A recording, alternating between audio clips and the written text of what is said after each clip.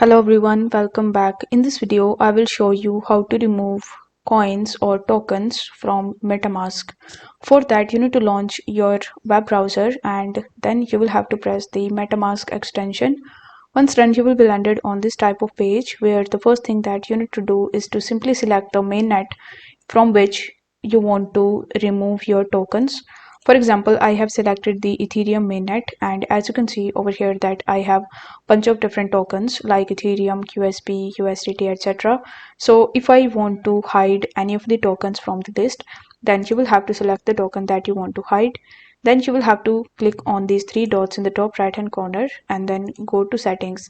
In the settings, you will be able to see this general option where you just have to scroll down, and here you will be able to see this toggle button which says hide tokens without balance. So you just have to turn it on, and then if you cross it and if you come back to the home page, you will notice that the coins are now removed from here. So if the video was helpful, then don't forget to like the video and subscribe to the channel.